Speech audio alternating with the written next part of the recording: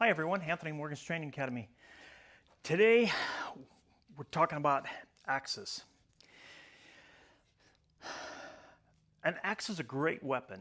It can do a lot of different things. Splitting wood, shaving. I mean, if you're outside and you need to shave a piece and maybe make a spike to spike down your tent or something of that type. This one here is razor sharp. It's a great little axe, not too big. It's got a good weight to it. But one thing that I want to point out to you is, learning how to fight and train with axes, there's a couple things that I want you to think about. And the first off is, for those of you that have ever split wood with an axe, anytime this goes into a chunk of wood, you have to work really hard to get this out of that chunk of wood. Now, you have to think as far as fighting wise, it's going to be the same thing. If you are using this for self-defense or whatever you may end up using it for, if you run this into, if it goes into someone's head or goes into their chest or in their back, you're going to have a hard time pulling this out. Mainly because the weight that's here, it's going to drive it in, and once blood or anything gets around this, it locks it in. Same with the blade. If you put the blade in, if it doesn't have a blood groove, sometimes it doesn't always come out. So, and I wouldn't recommend fighting with an axe or a hatchet anyway in the first place. That's a little bit gruesome, but for the reality, I get guys in here all the time that are they want Viking axes for self-defense, and they're heavy, they're awkward.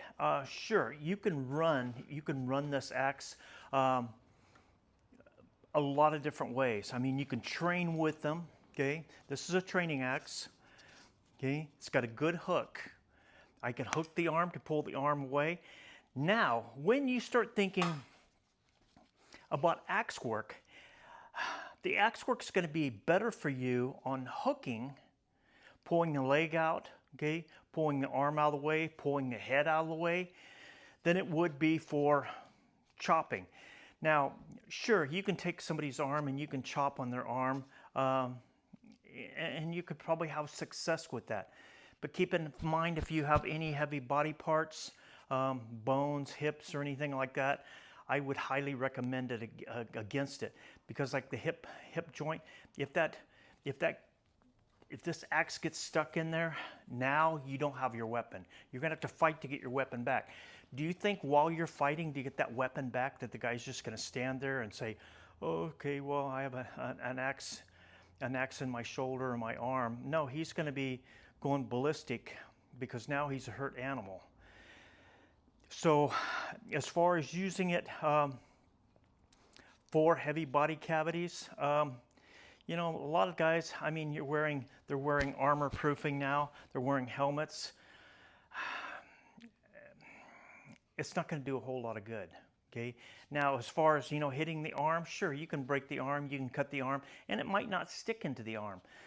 But why would you be carrying an axe around for self-defense reasons? Now, if you're thinking self-defense reasons, this is a great axe. Okay, razor sharp edge. You could cut with this. Okay, I can cut. I don't have to hit with it. But I have this heavy blunt end.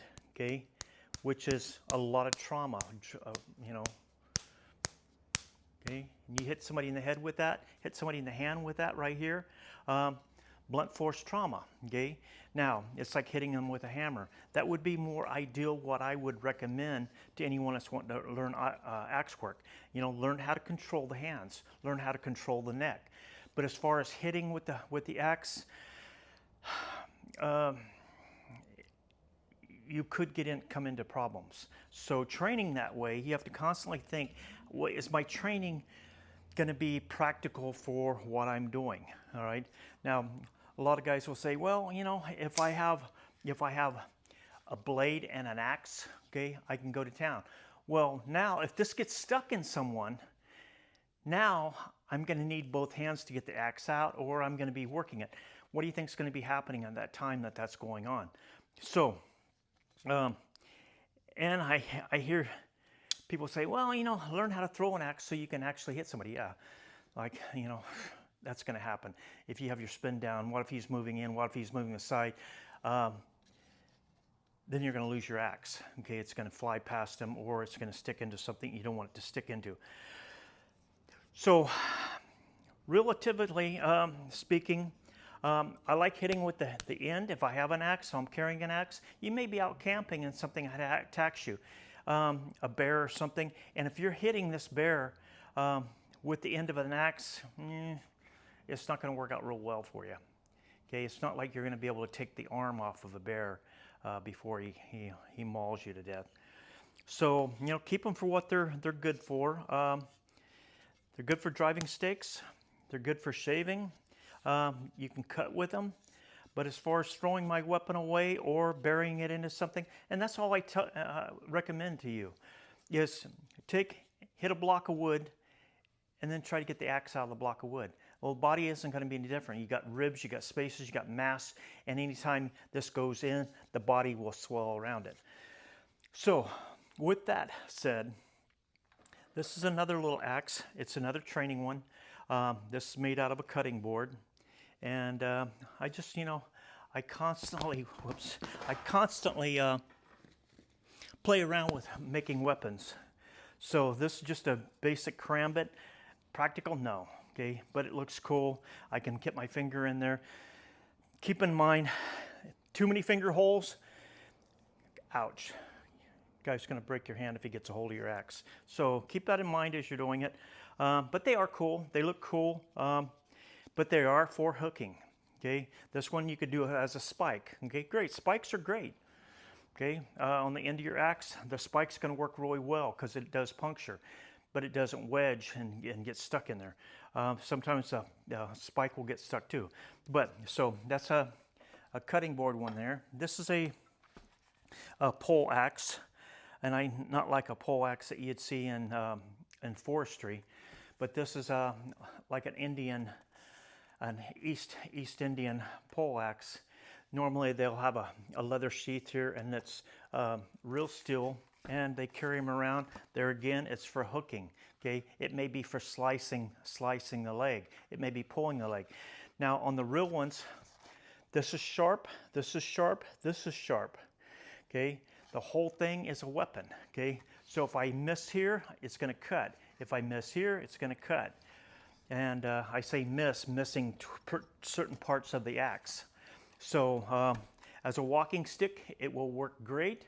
You know, you can reach down, you can cut weeds with it. You can get rattlesnakes with it.